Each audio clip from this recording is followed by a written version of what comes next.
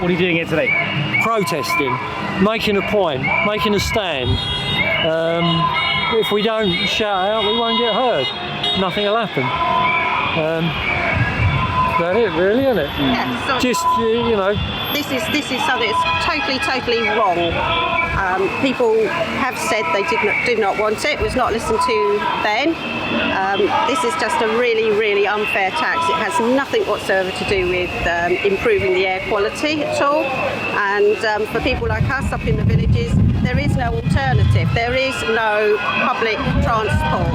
And for a mayor to have been in power for so long and not actually realise that part of his area doesn't even have a bus service is pretty rubbish, really. So he's trying to tar us with the same brush as the inner city areas, isn't he? And it's totally different. We've got no bus service, no trains. You know, how are we supposed to work? What we do have is lots of clean air, because obviously we have lots of trees, we have lots of fields, lots of hedges. We work very busily breathing in CO2 and breathing out clean oxygen for us. So where are you? Where do you come from? And Cudham? Cudham, up 3 or 4 miles away up there, but we're right on the edge of the new zone, would you call it? Yes. But there's lots of small businesses, you know, tree surgeons, landscape gardeners, agricultural contractors. They're struggling as it is. They can't afford to update their vehicles. They'll go out of business. And the thing is, all our vehicles meet national MOT emission standards, and this mayor has just decided he's going to have a totally different amount of standards. So that sort of says to me that this is against national policy. So I'm a little surprised the government hasn't stepped in and scrapped this completely, and I'm a little suspicious why they haven't moved to deal with this. It is wrong. It is the wrong tax at the wrong time for the wrong reasons. It will hurt a lot of people. A lot of people will suffer, you know. So we got to make a point. We've got to be here. Exactly. That's why we're here. You came down here, but that's your tractor. Yeah. So can you mind if I ask you, like, what do you do? We have small holding, so that's like a small farm. This one really does ploughing matches, because it's about 60 years old. So it just comes out to do ploughing matches rather than a sort of a day's work. So it still comes out? Oh yeah. But Definitely. it's like me, it's too old to do a full day's work. It's retired partly. But is it ULEZ compliant? I don't know. I don't care. It's historic, so I'm guessing it will be. Yeah, it will be because it's a historic vehicle, so it's over 50 years old. Because they altered they altered that, didn't they? It was 40 years old for historic vehicles, and now they've made it 50. But then there is the other thing. It's like it starts with that. Then what's next? And then it would end up as everything, wouldn't it? Oh yeah. Yeah, yeah. Pay per mile. Yeah. Yeah. Well, we already do pay per mile with the taxes that we have on our fuel, so we're already doing that. You know, if you have a diesel vehicle, you tend to have to pay higher tax anyway, road tax, whatever tax Yeah. is they call it now, but vehicle tax, you have to pay more anyway. And now sort of over £4,500 a year if you need to drive your car every day, which living in the villages you do need to. You do. Yeah. That's something a lot of people, especially living in the city, don't seem to understand or don't want to understand. Yeah. When you go out in places like that, Yeah, you we're need really rural. you need to drive. Well, you can't bring things back and forth. It's all right Like- saying use the bus, but what happens if you've got a sick animal, like a sheep or a cow, and you want to take it to the vet? You put it on the bus? I did ask. But even some of the roads, the buses can't go down there. No. I did ask whether or not I'd be able to move the lambs on the bus, and I phoned up London Transport to ask them, because that happens in lots of other sort of countries. You know, you stick the chickens and whatever else on there, and they kind of laughed and hung up. So, I'm assuming not then. You know, I've been happy to get, you know, pay their bus fare and everything to move them up the road, but apparently not. Anyway, it's a genuine question, you know? Yeah. Genuine question. And they just put the phone down. There's a very sort of quiet. Like in London, there was like this thing, protest or gathering, like there's people who dress up like animals. And they're like, I'm an animal. So if they can get on the bus, you know, what they're pretending to be should be able to get on the bus as well, right? But how's your farm doing? Well, we're going to be in trouble because if we can't live on site. It's green belt agricultural land, so green lungs of London and all of that. It means we can't live on site, so we have to travel backwards and forwards to the site. But our vehicles don't apply to Mr. Khan's criteria, so we're going to be a bit stuck, I think, which is going to be difficult for the livestock. And there's been some occasions when we haven't been able to have deliveries of, you know, of feed and diesel because the firm that are delivering them are well out the area, and they don't want to bring their vehicles in. Exactly. This is the knock-on effect. Yeah. There's a big knock-on People just effect. think, oh, I don't need a car. Yeah. You know, I can walk, but they don't realise that everything at some point is on the vehicle. Yes. It's going to affect everything. It's a bigger picture. But even recently, like, it's so ridiculous that even people in the government, in the councils, are now just like, look, we can't have this. Yeah. Because now they're realising that everything will just like collapse. Yeah. And The entire system that they work in, they function in, is not going to work. And I don't really understand why. So the first time there was a bit of a protest when Mr. Khan was at a mayor's question time, and he just sort of turned around and was actually really quite rude and insulting to people. And instead of saying, I really didn't understand that there's so much, you know, everybody wants lovely clean air, I don't understand what this problem is, so I need to speak to these people and find out. You know, he would have carried the day, wouldn't he? Instead of that, he turned around and was like really rude and insulting to everybody. Yeah. So, you know, what a weak man. Yeah. My thoughts. I mean, he was hoping. I was there. I was outside. Oh, right. I think that's the standard practice of a politician. Yeah. To say that, and that would just stick. Yeah. But it was so ridiculous that it didn't work out at all. No, you just, you know, deal with the problem. So he's there to represent the people, and if he's not representing the people, he has no business to be there. And if he can't listen to what's being said, why people are concerned, then he needs to fix it, doesn't he? Speak to them and go, oh, you know, we have a problem. We don't have any public transport. Oh my Lord, I've been in power all this time and didn't realise that some people don't actually have access to public transport. You know? Exactly. What's he doing? He's in charge of it. Should resign immediately. But then he's getting an awfully good salary, so why would he? You know? And I think he thinks everybody else is earning that amount of money, so... I think he wants to resign. I think he's just waiting for the right moment. Because people like Sadiq Khan, there's lots of people like this, lots of politicians. they're working for people above. They're doing whatever the World Economic Health Forum does or whatever, right? The UN, whatever they're told to do, they do. So after he's out, he'll get a career in that field. He wants to get it. But there's a difference between right and wrong. This is what we're brought up as young people. There is a difference between right and wrong. And if someone tells you to do something that you know is wrong, then, for goodness sake, have a few standards and go, no, I'm resigning my position over this, and I'm going to publicise why I'm resigning over this. But they're politicians. They're politicians. Yeah. Even a couple of years ago, it was a mess the moment he came in and just everything, right? And he said, what would you like to be remembered for? This is like doing when knife crime was the biggest thing. Yeah. And he said, I'll be remembered for a clean city. The way he said it wasn't even city, it's clean city. So what the hell are you talking about? Yeah. We have like a murder pandemic going on, right? Yeah, it's Why all was get to the borders this is and... before the ULEZ was being pushed? Yeah, yeah. It was planned well before. Yeah. And you just He thought, knew years and years ago that was his role. what was he going to do? To start pushing this thing. And you just think, people coming into Heathrow Airport, tourists, you sort of think, are they going to hand them out stab vests? Come to London, get your free stab vest. Might keep you safe for a little bit. It's terrible. Absolutely terrible. Anyway, all we can do is protest. Yes. Alright, so if people are watching, right, what would you say to them? People don't know what's going on, and they're interested. Keep trying, keep going, keep protesting. Because even if it goes through, we've got to keep it focused, keep it in the currents. Yes, definitely. Do anything? What do I think?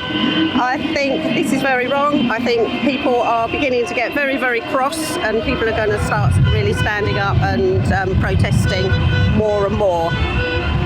Excellent. All right.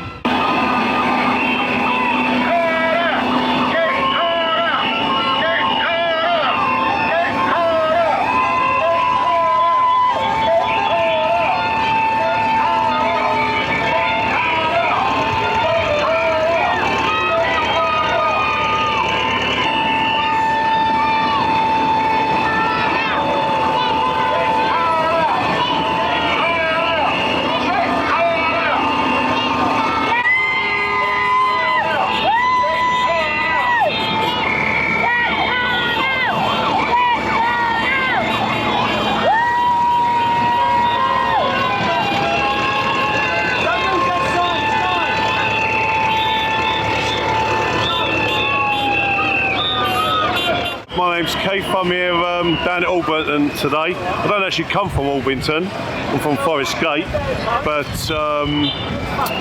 yeah, just come to basically just join everyone in the ULEZ.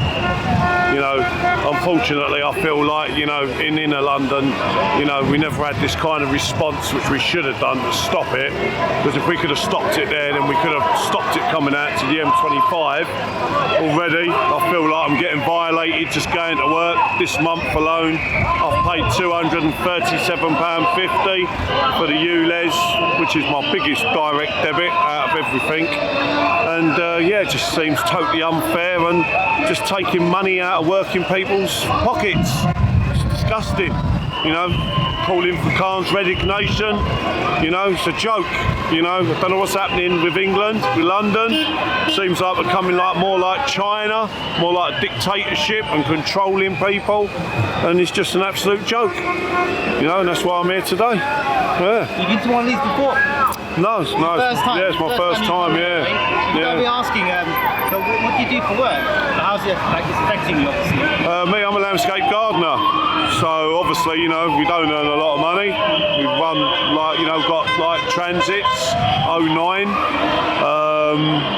And yeah, it's just making things really hard for everyone. You have to move around, but other people in your field as well, everyone, yeah. Same position for them. Yeah.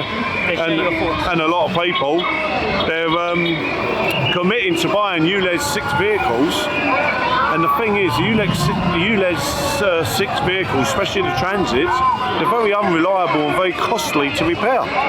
So, you know, you're not getting caught one way, you're getting caught another way. And then if you go and buy a ULEZ compliant vehicle, you know, generally you can't get one for under £7,000. That's just for a really small vehicle. But then if you're going into transit size, you know, you're looking like £12,000 cheapest, plus the VAT that the government are taking out of you. I'm not personally VAT registered, so that money's just gone forever, you know, and yeah, just, people can't afford it, you know, it's just crazy. It's not practical, it's not fair. We're in a, you know, a cost of living crisis as well. You know, things are hard for everyone, especially coming out of COVID and everything. And yeah, to be honest, just, you know, well, it makes me personally feel just to move out of London, you know, and, you know, go, you know, a couple of hours away, maybe Cambridgeshire, you know, Peterborough or Kent somewhere, you know. But yeah, it's making London and businesses in London particularly difficult. One of my main concerns is when I started out, I went out and bought a vehicle for £1,000, and that was me starting out with nothing. You know, I've had to work my way to where I am today, and basically the people and the youngsters that are going to be wanting to starting up in life, they're not going to be able to start up in life because they're not going to have that 6, 7, 10 grand to go and buy a ULEZ compliant vehicle, you know, and maintain it and keep up with everything else. Exactly. So, you know, you got to pay out all this money just to avoid paying £12.50, or when you're starting out, just to go out, you got to pay £12.50. How's that going to make it viable for people trying to start small businesses? You know, it's not. It's just making things really difficult for people. While TfL, personally, I just feel they're wasting everyone's money. You know, it's a joke. Absolute joke. London's got a toxic air. London's not got toxic air. London's got a toxic air. Get hard out! Get hard out! Get hard out! Hi Siraj, I'm Simon Forthrop, a Conservative councillor on Bromley Council. I represent Petswood and Knoll Ward, which is just over the other side of the road back there. And I'm here today to support the people who are protesting against ULEZ. It's been a long journey. To start off with, Mr. Khan's always claimed it's about air quality, but if you can see here today, even on a nice sunny day like today, we have some lovely sunshine, we have some lovely air quality. It's not an issue at all. But if you believe Mr. Khan, it's all about air quality, it's all about deaths. Now, interestingly, even the BBC in their small print eventually said, oh, there's not 4,000 deaths a year. They said it's actually a statistical construct. That's the BBC's words, not mine. And this is the whole point. No one's actually died. I asked a question about people dying in this borough from air pollution, and the answer was that nobody had died over the last 10 years. So that just goes to show how little of a problem it is. And if you look at this is really about money raising, and it has been for a long, long time. Because unfortunately, Mr. Khan's budget has been in deficit, and TfL's budget has been in deficit. So he's had to find ways to raise money. And this will raise approximately £150 million a year, according to £200 million possibly a year, according to his own budget estimates. And that's a lot of money. When you've got £1 billion deficit, you know, knocking 20% off of it is a big amount.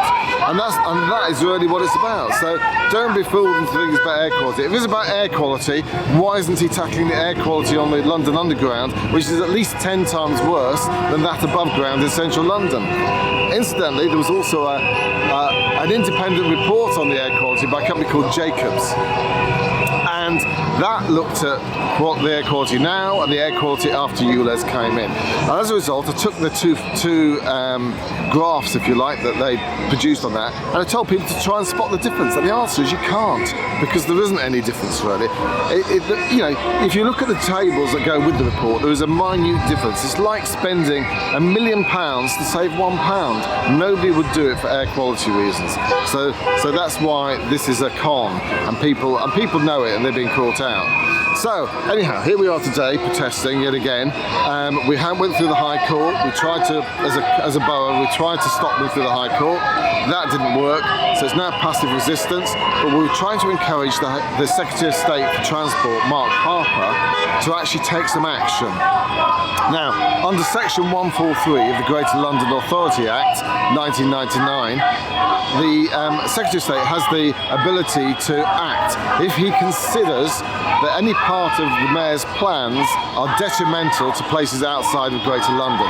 So consider is a very low barrier, and detrimental is also proven beyond a reasonable doubt, because there are otherwise, why is it that the councils outside of Greater London are refusing to put up Cairns signs? Because they say it's detrimental. So the evidence is there in bucket loads, and really we're saying to people, act. But if he's still not convinced, under Section 142 of the same Act, there's an element that talks about protecting people with mobility issues. Now, many people who have mobility issues rely on their car to be able to get around, and that is fundamental. They can't, you can't go and see the doctor on public transport. You can't go and see the dentist. You can't go and see your social worker. Social workers can't get to see you. So there's so many fundamental issues about it. So if he's not convinced that it's detrimental, just look at that section of the Act and you'll see that it is detrimental. So my point is, Mr.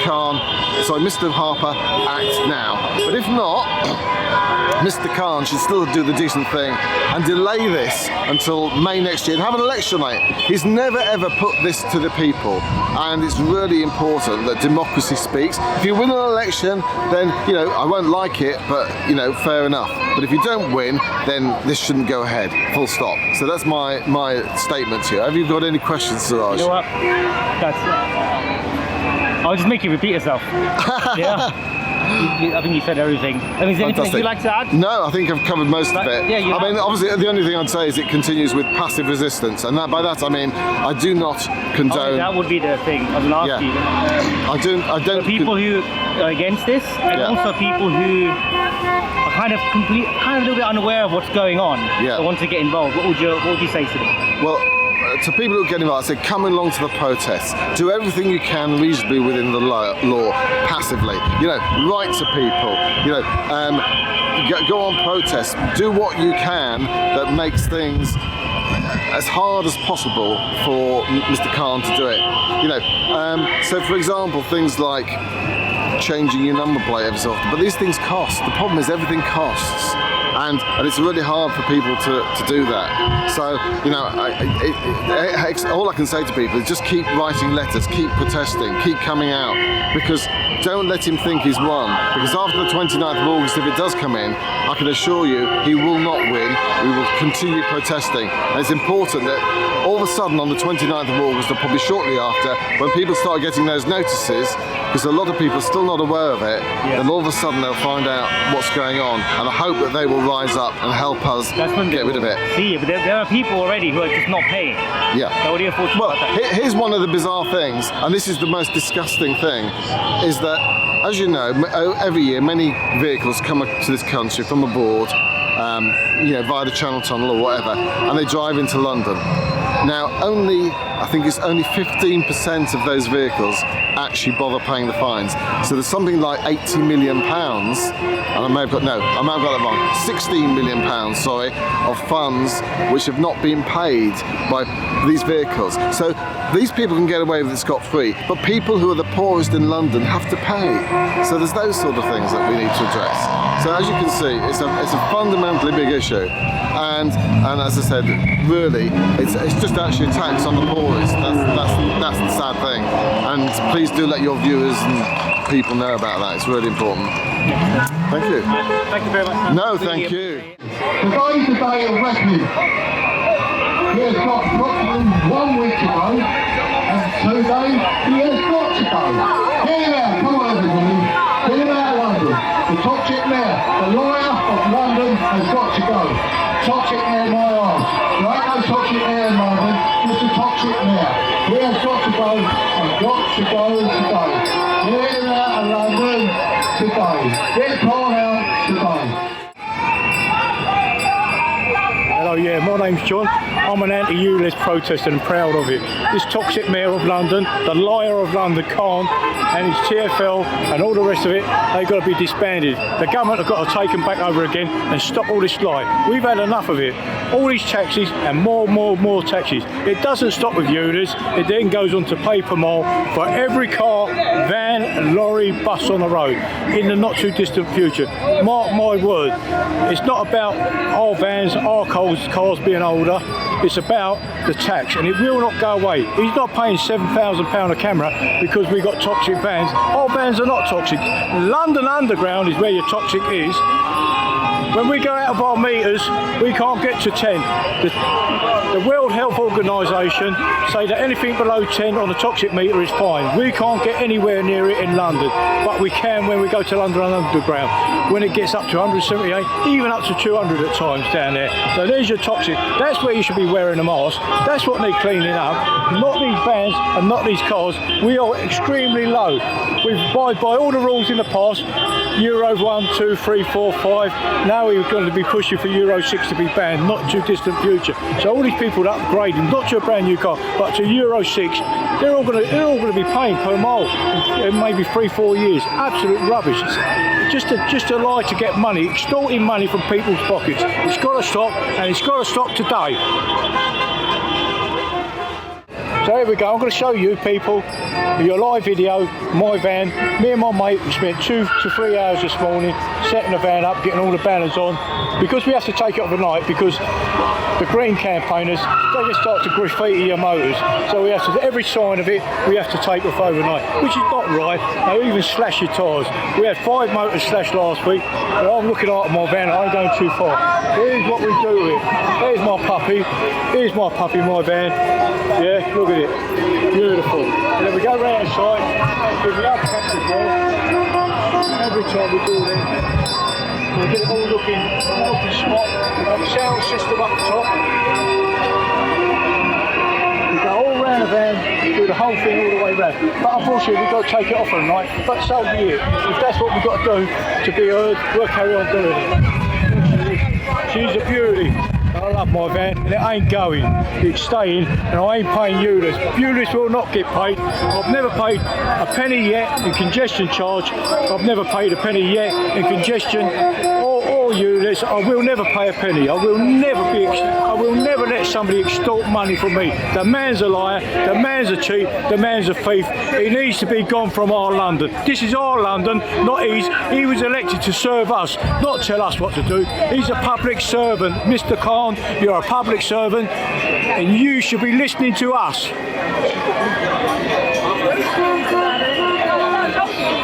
Now for you know. So Roger's doing the actual coverage video today. It's live online, and you can also, he will, when he gets around to it, put it on YouTube. So just type that in. Actual coverage.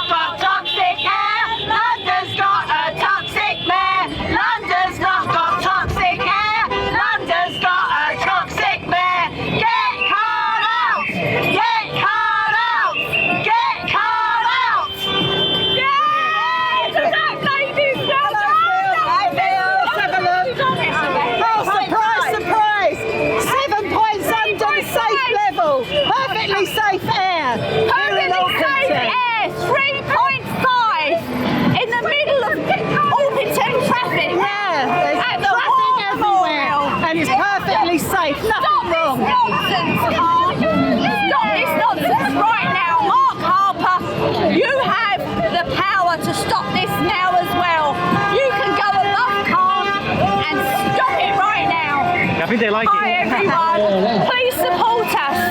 We do not need ULEZ. It's nothing to do with clean air or air quality. Khan's own impact assessment tables show this. It's just a load of nonsense. Stop it right now. Also, we set up a women's group only that is for women's safety, because Khan again isn't thinking about ladies that are going out at work late at night, having to come home on trains. So we set up a group that was specifically to help women to get their point of view across, and it is a site only for women. That's incredible. That's a yeah. We started with about 50 people, and we're now over 400 people in our group alone.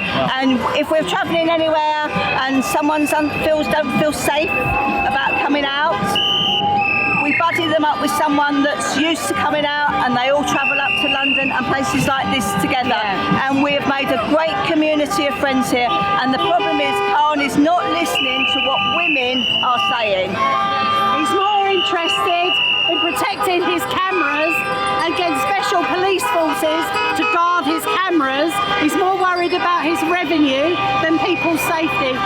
Knife crime is soaring, attacks on women is soaring, skyrocketing. He doesn't care about that. He's not using his cameras to defend people.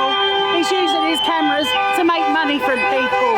He needs to change his priorities, because unfortunately, well, it's not my mayor anyway. So, yeah. Not our mayor. We didn't vote for him. And most of the outer London boroughs did not vote for Khan in the last mayoral election. We voted Tory, Sean Bailey. He should have been the mayor for us. He should have been. And we do not want this expansion. End of. So you're great. So how can people find? We're on Facebook. Yeah. That's the name of the group.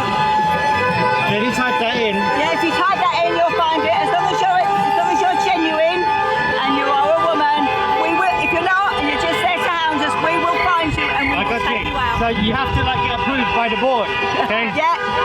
These were the results. These were the results of Khan's consultation and TfL's consultation. 80% opposed. 80% of visitors, 75% of visitors to London opposed. 90% of black cab drivers opposed. 5,200 votes were hidden by Khan to suit his agenda of bringing this vile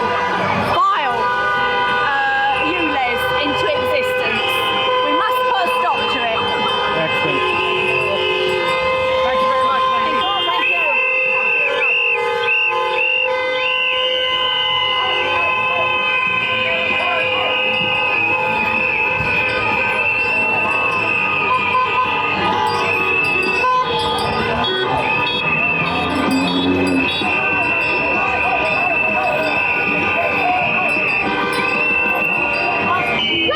Get Khan out! Get Khan out! Get Khan out! Get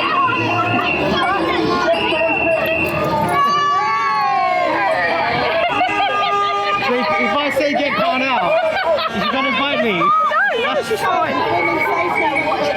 Get Khan out. Really trying to get her. Hey, get Khan out. Get Khan out. Get Khan out. Get him out. Get him out. Get Khan out. Please, get Khan out. Get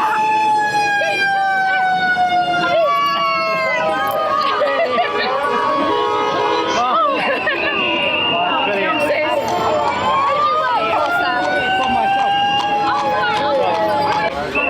Oh, here.